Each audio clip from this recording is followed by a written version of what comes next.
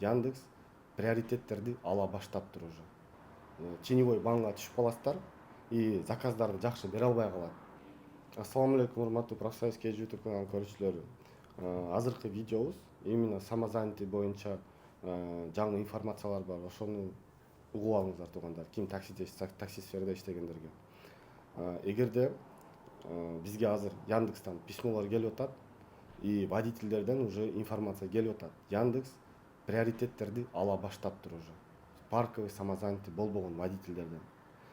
Эгерде сиздерден приоритетиңиздерди алып койсо, теневой банга түшүп каласыздар и заказдарды жакшы бере албай калат.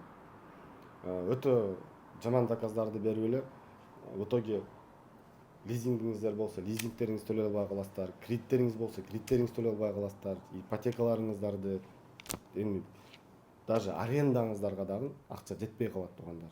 Бизде уже ушинтип водительдерибиз келип, аренданы төлөй албай жатабыз, приоритеттерибиз жок болуп деп келишип атат. Ошого туугандар дагы бир жолу сиздерге уже мурдагы жылдан бери, сентябрдан бери айтып келатабыз.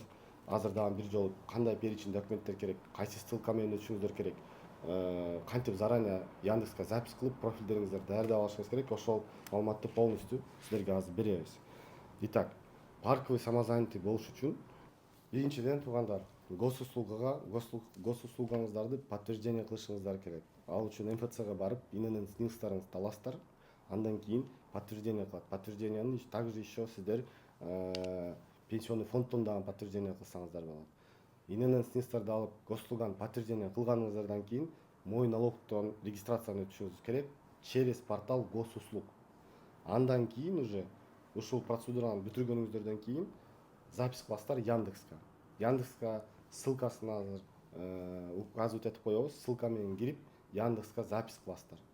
Кандай документтер керек десеңиздер, ал перечень документтерди биз азыр жазып ссылка менен комментарийларга бар жакка коюп коебуз. Национальный паспорт или ID картаңыздар керек, миграционная карта керек, бланк миграционного учета с регистрацией по месту пребывания. ИНН бумагада или мой налогуңуздарда госуслугуңуздар указанный болот. Вид на жительство эгерде бар болсо керек болот. И готовый аккаунт в приложении мой налог. Ушул перечень документтер менен ушул процедураларды заранее өтүп, парковый самозанятый болуп алыңыздар.